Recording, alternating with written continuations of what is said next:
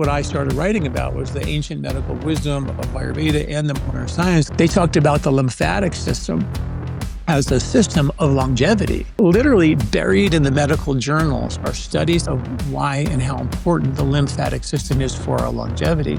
It's trying to carry your immune system, trying to deliver fatty acids to every cell of your body. A lot of people have lymphatic congestion, can't deliver the fatty acids to muster up the hormones we need. There's no medical application of all the research that's in the journals about the lymphatic system. When you look at the ancient wisdom, they were all over that. What is Ayurvedic? Like when you describe or define that, because I didn't really even know what that term was until I started digging into your background. So where does that stem from? Indian medicine originally, right? So Ayurveda, Ayur means life, Veda means science or truth. So it's the science or the truth of your life, basically. So it's an ancient medical system, somewhat similar to like traditional Chinese medicine.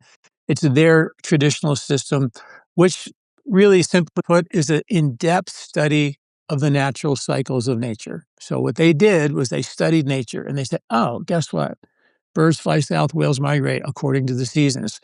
Certain foods are harvested at certain times of the year. Now we have science say, guess what? The bugs, the microbes in the soil change from one season to the next. The soil, the bugs in that soil get to the food that you eat in that season, and they inoculate your gut with the right bugs for the right season.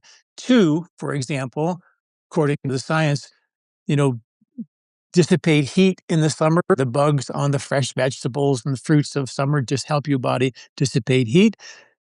The bitter roots and the spring greens in the spring are very austere and astringent, and they swab up the mucus, keep you from getting allergies in allergy season. In the winter, you have nuts and seeds in the fall and higher protein, higher fat in the summer, and we're in the winter rather, and they boost immunity, and that's the good science. So the bugs that come onto the food from the soil that change with the seasons because the sunlight is changing, that is what makes our microbiome function in harmony, in resonance, in coherence with the rest of the body. But, we just eat whatever we want, whenever we want, the same food every day of the year. No human ever did that until refrigeration, really. But we do it in all the time. And that's what's so cool about Ayurveda was like, and that's just one example. Like they talked about circadian rhythms before they could see them. They described the microbiome before microscopes. And they mentioned that there's good bugs that are invisible and there's bad bugs that are invisible. This is what they said thousands of years ago. And they said, don't go killing the bad bugs. Change the environment, change the ecology, and let the good bugs take care of business for you. Because the environment is so delicate. If you try to kill one, you're going to kill all. These are concepts we're just beginning to figure out now, and barely, because we still have antibiotics that clobber everything. Not that we don't want antibiotics, but we clearly have overused them in a point where we've got these super bugs and things like that. And the wisdom just keeps going on and on and on and on. In terms of that's what I started writing about was the ancient medical wisdom of Ayurveda and the modern science. I thought I'd write one or two articles, and we've got over 1,500 articles. They talked about the lymphatic system as a system of longevity. We think of the lymph system as the system that is involved in cancer. But literally buried in the medical journals are studies after studies after studies of why and how important the lymphatic system is for our longevity. It's trying to carry your immune system, trying to deliver fatty acids to every cell of your body for energy, for hormone production. So a lot of people have lymphatic congestion, can't deliver the fatty acids to muster up the hormones we need. So we just give you HRT and give you hormone supplementation, as opposed to fixing the reason why you can't make hormones because you're not delivering the fatty acids properly, right? Studies show that long-haul COVID the early studies of long-haul COVID were linked directly to congestion of the brain's lymphatic system, which dumps 3 pounds of trash into your head every year while you sleep. That's only been recently discovered that we even have a lymph and what's called glymph system in your brain. But studies show that the pump for that lymphatic system is your diaphragm. which is a breathing muscle, right? Nose breathing is so key to that, right? And if you can't breathe during COVID, you're not going to pump the cerebrospinal fluid, so the trash is going to build up in your brain, and the brain is the master computer, which is regulating an immune response, and it can send either too many or too few fire trucks to the immune event, and now you pay a price. Well, they talked about that thousands of years ago. We're just beginning to understand that. And they even talked about how to decongest your brain, lymph and lymphatic systems, which is completely not a thing in Western medicine. There's no medical application of all the research that's in the journals about the lymphatic system. But when you look at the ancient wisdom, they were all over that. They were like, hey, there are ways through breathing, through techniques of doing techniques like nausea to clean out the brain lymphatic. There's all these really cool ways. There's herbs for it that can clean out the brain. And studies now show congestion of the brain's lymph system, which is the longevity system, according to Ayurveda, is linked to, according to Western medicine, anxiety, depression, cognitive decline, inflammation, infection, poor sleep, and autoimmune concerns, which is like, wow, that's a lot of stuff that's caused by congestion of the master computer's lymph detox system. And that's caused because the diaphragm stopped functioning. And in a recent study, you're a nose breather, 91% of athletes that were tested did not have a diaphragm that was relaxing and contracting fully. So none of us do. So when you do your trail runs and you're doing your nose breathing, you're strengthening your diaphragm by doing. You're not only just getting nasal, paranasal sign activation of nitric oxide. You're not just getting, a more efficient parasympathetic activation of respiration. You're also strengthening your diaphragm, which is the muscle that even the best athletes don't have. And the reason for that, Robert, is because every time that we get stressed out in our life, we breathe a little different, right? We get stressed. And then that breath becomes a little more normal. And then another stress comes along, we change how we breathe, that becomes normal. And next thing you know, without even knowing it, as you get older, your rib cage gets tight because the rib cage job is one thing, squeeze the air out. The diaphragm's job is contract and suck air in and open up this cage. But over time, with more fight or flight in our life, the rib cage ultimately wins that war. And now we're breathing shallow into fight or flight receptors. Life's become an emergency. It's a degenerative process. You lose the diaphragmatic function, which, again, buried in the medical journals, is the number one pump of your body's lymphatic system. Studies show that if you strengthen your diaphragm with what Western medicine calls maximum inspiratory breathing techniques, it can reverse your heartburn, GERD, reflux, indigestion. It can lower your blood pressure faster than the Western drugs in just 3 minutes.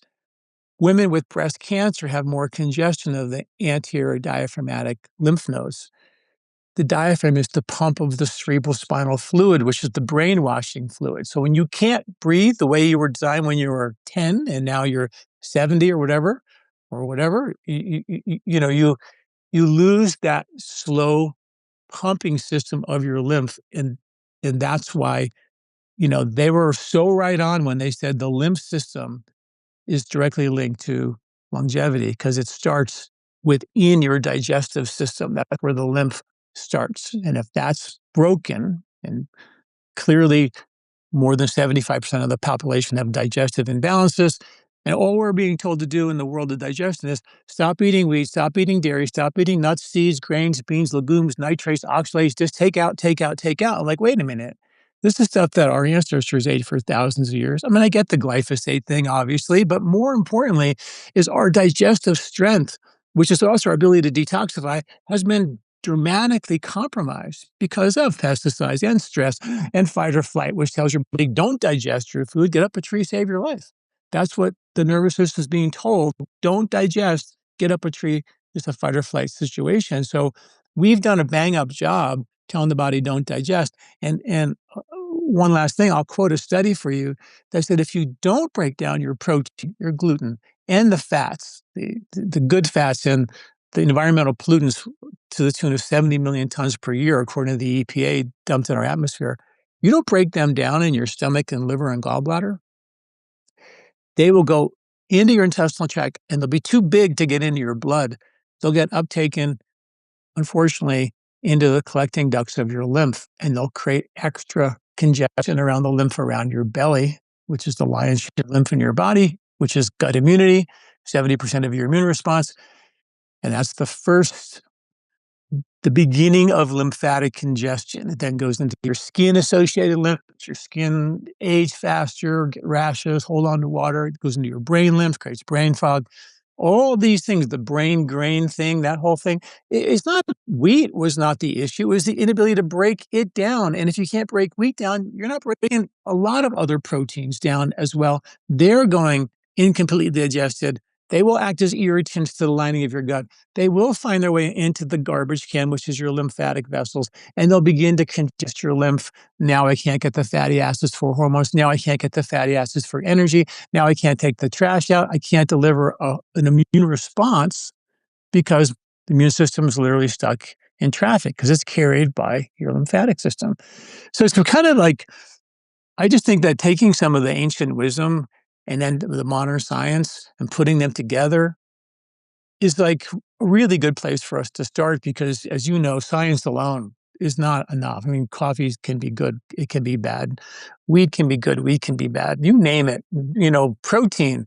Everybody's saying we should be at a gram of protein per pound of body weight. This is like the new fad. We are in a fad of that right now. But there's studies that say that less protein is just as good as this high protein. I mean, there's science on both sides. Who do you believe? It's only recently that anyone ever said you should be at a gram of protein per pound of body weight, right? That's brand new science. So what do we do? Well, I think that's where you look back to the ancient wisdom. You look at the centenarians who live. What do they eat? Are they eating a gram of protein per pound of body weight? No. So that's what I love about it is we have time-tested wisdom that is backed by science. That's a safe place, and it doesn't change. I wrote a book called The 3-Season Diet back in the year 2000. It was about eating with the seasons. You know what? That diet hasn't changed in 26 years. Every other diet has changed dramatically in the last 26 years. We went from keto to high protein to low protein to high carb. We keep changing. But that's what's beautiful in ancient wisdom is you've got something that's been around for thousands of years. Don't you think we should study that and then find science to back that? And then I feel like that's a great plan. That's what I do at Lifespot on our website. I try to provide that starting point. People go, hey, here's some logic and some science. Let's start here before we go on to the next greatest, latest fad. Thank you for watching this episode of The Savage Clip. If you want to see the full-blown deep dive, check out the full episode here, and I'll see you there.